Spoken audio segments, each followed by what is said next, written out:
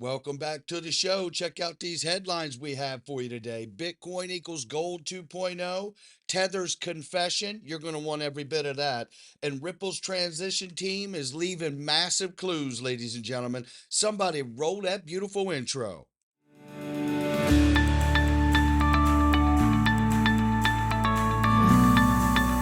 Digital Perspectives with Brad Kimes. Come on in.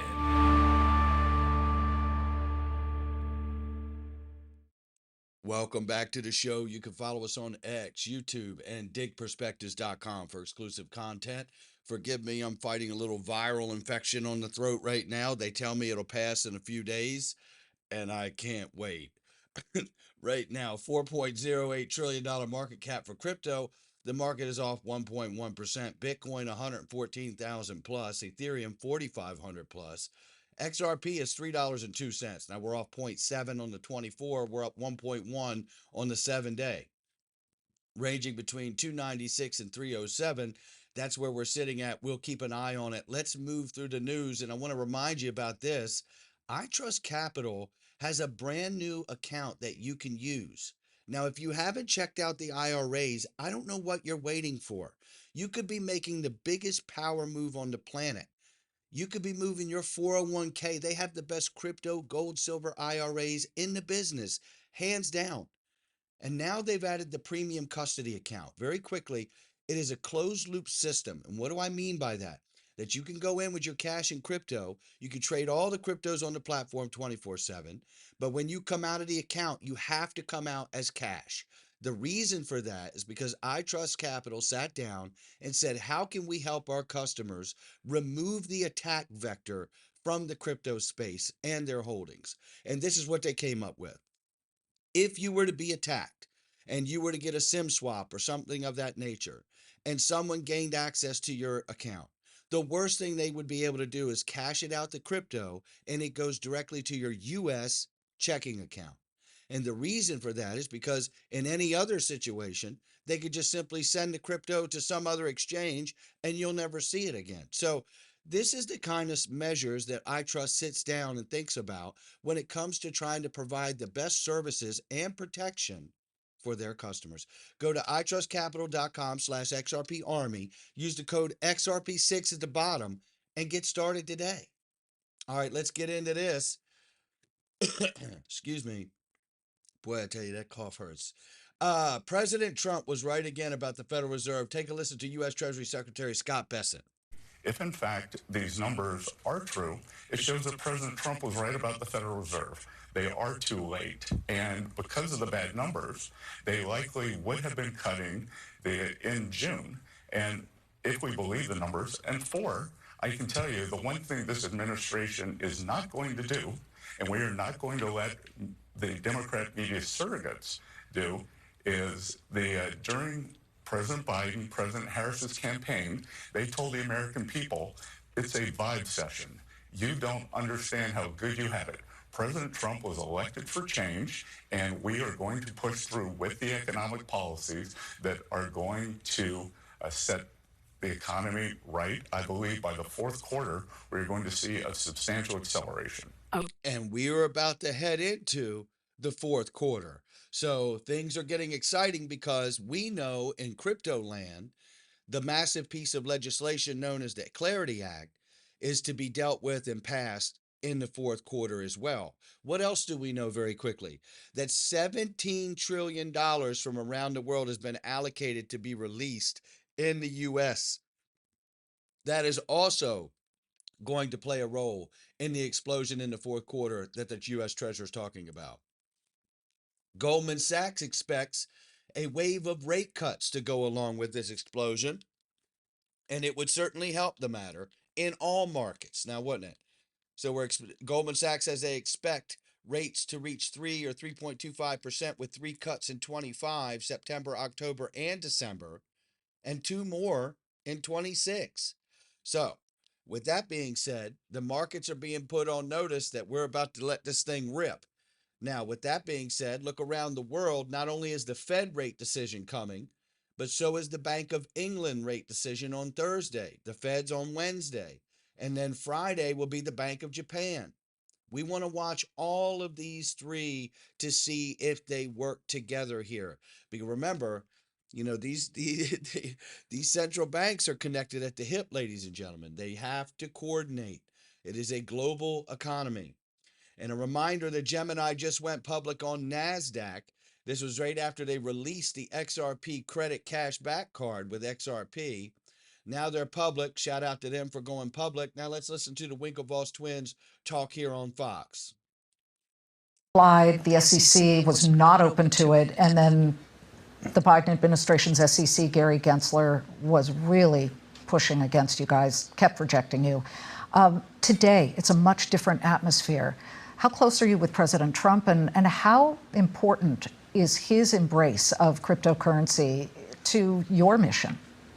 So this administration and President Trump are obviously very pro-crypto, pro-business, and pro-innovation, and that's very important to have the president and the White House sort of behind the growth of this industry. And I think every promise that was made has been kept, and then some. So we're very encouraged with everything we're seeing out of the White House and this administration. And we think it's going to be, it is ushering in a American golden age of innovation. And I think, it's just the beginning. We're going to see a lot more exciting stuff. And it's really nice to build a business into a tailwind after facing a headwind for so many years for no good reason, right? American investors and consumers were kept from Bitcoin, the greatest performing asset of the past decade. And so they lost out on all those gains and were forced offshore into the arms of bad actors. And so making crypto great in America is very important for America and Americans. I mean, I don't know Gary Gensler's thoughts, but if I had to guess, he would say that he was most concerned for average investors who jump on the Bitcoin train and then somehow never really understand that it is very volatile. So when you speak to people who are crypto skeptics and they say, what backs it? We don't understand what moves it. One day it's up, one day it's down. There's the crypto winter, which we haven't seen in a while because it's been on such a decent run here. But how do you speak about Bitcoin and crypto when a lot of people don't understand that you mine for it through these very complicated algorithms in computers and things like that, and they can't see it or really understand it? Yeah, I mean, there aren't very many skeptics today. That's for sure. Things are changing very quickly, and there's not many skeptics today because we've seen a complete regime change with the political administration that was absolutely witch hunting everyone that was in crypto. That's what's going on here. Take a look at this. More evidence of that. What do you see here? PayPal to integrate Bitcoin and Ethereum into its new peer-to-peer payment system. Just wait until we get super apps too. This only gets bigger from here, ladies and gentlemen. It only gets bigger from here. And American Express goes crypto with blockchain-based travel stamps. A reminder, Amex has been a Ripple partner for years. I'm sure it's nothing.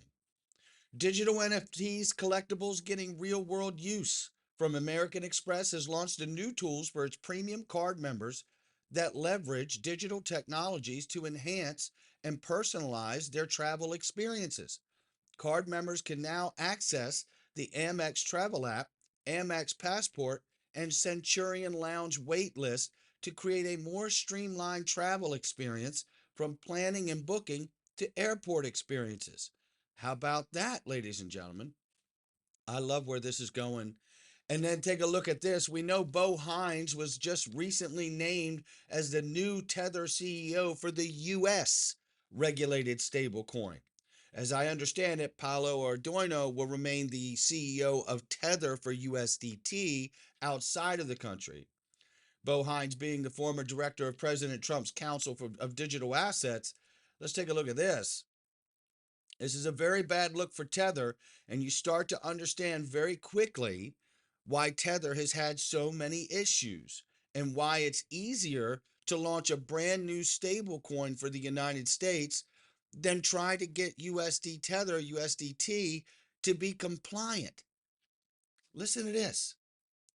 While this scheme would be sufficient to hold defendants liable, if they acted independently. Evidence produced in discovery indicates that the anonymous trader was aware that defendants had issued debased USDT and thus conspired with them to inflate crypto commodity prices.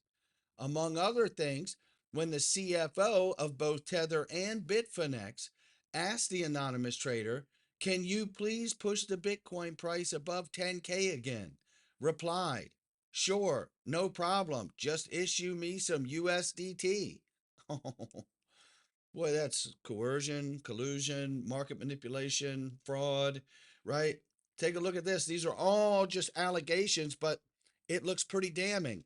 And it starts to get a clear picture that we were right over the target about Tether. And it is going to be excluded from the United States. They're going to have to introduce a brand new stablecoin because USDT can't cut it.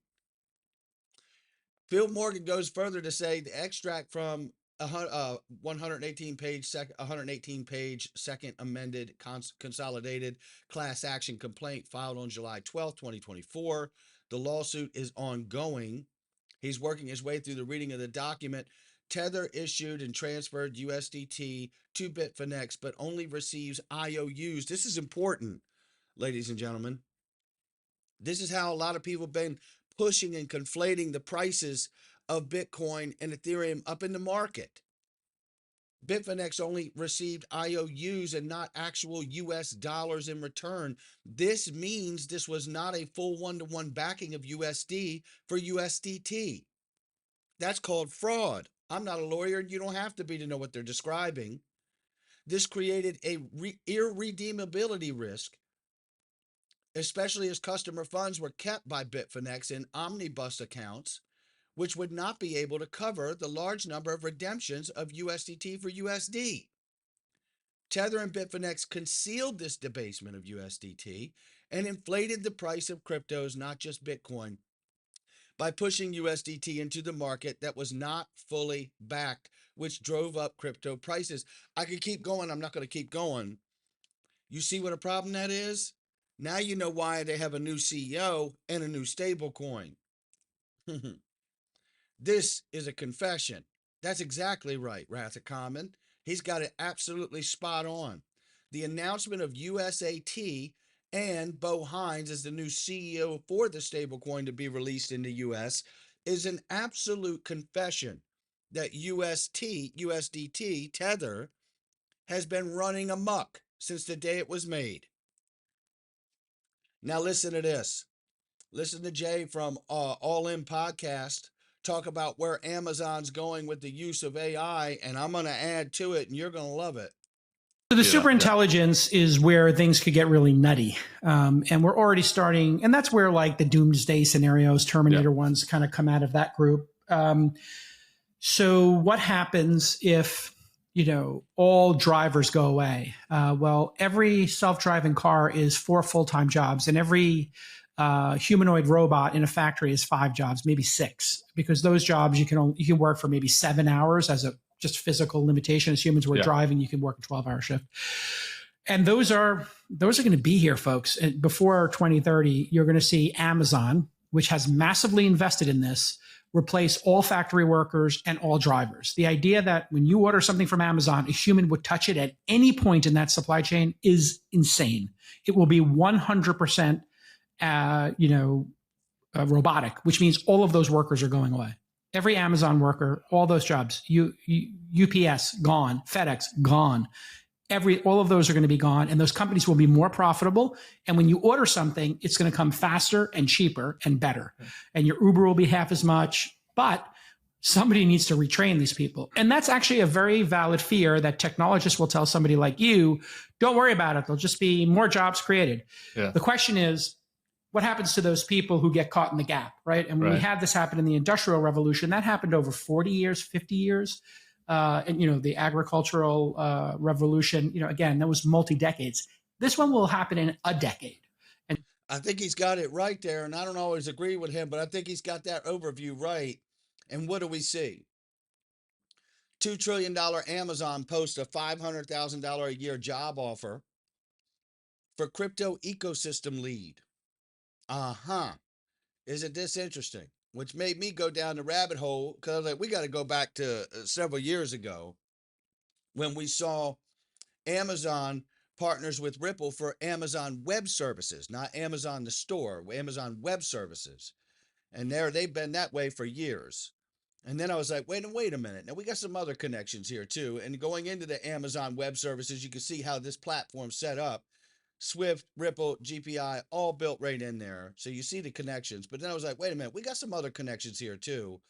Remember, 2 years ago in 2023, when Ripple's star catch was the former Amazon chief financial officer, Warren Jensen, joining Ripple.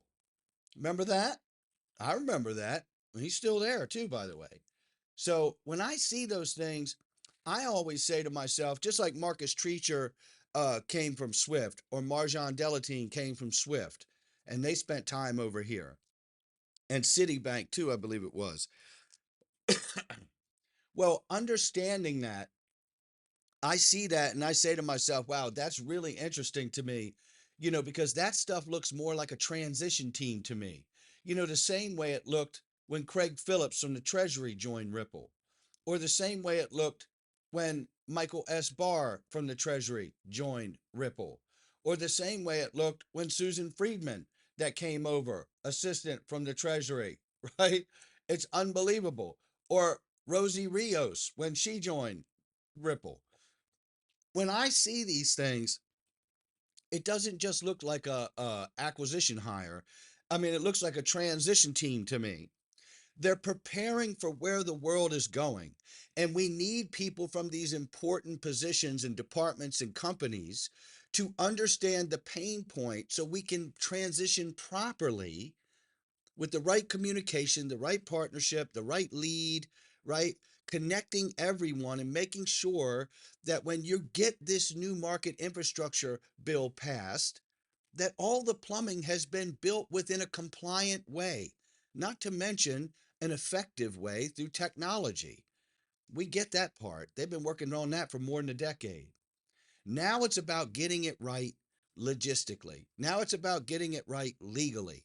And that's where this is all about to go. And I couldn't be more excited. And right now, we're in the disbelief stage. And look where we were in disbelief before 2018 busted off. Look at where we were in disbelief before 2021. And look at where we are now before we see the end of 2025. How high will it go? I don't know, but I'm here to find out. Not financial advice from me or anyone else. It's just my digital perspectives. I'll catch all of you on the next one.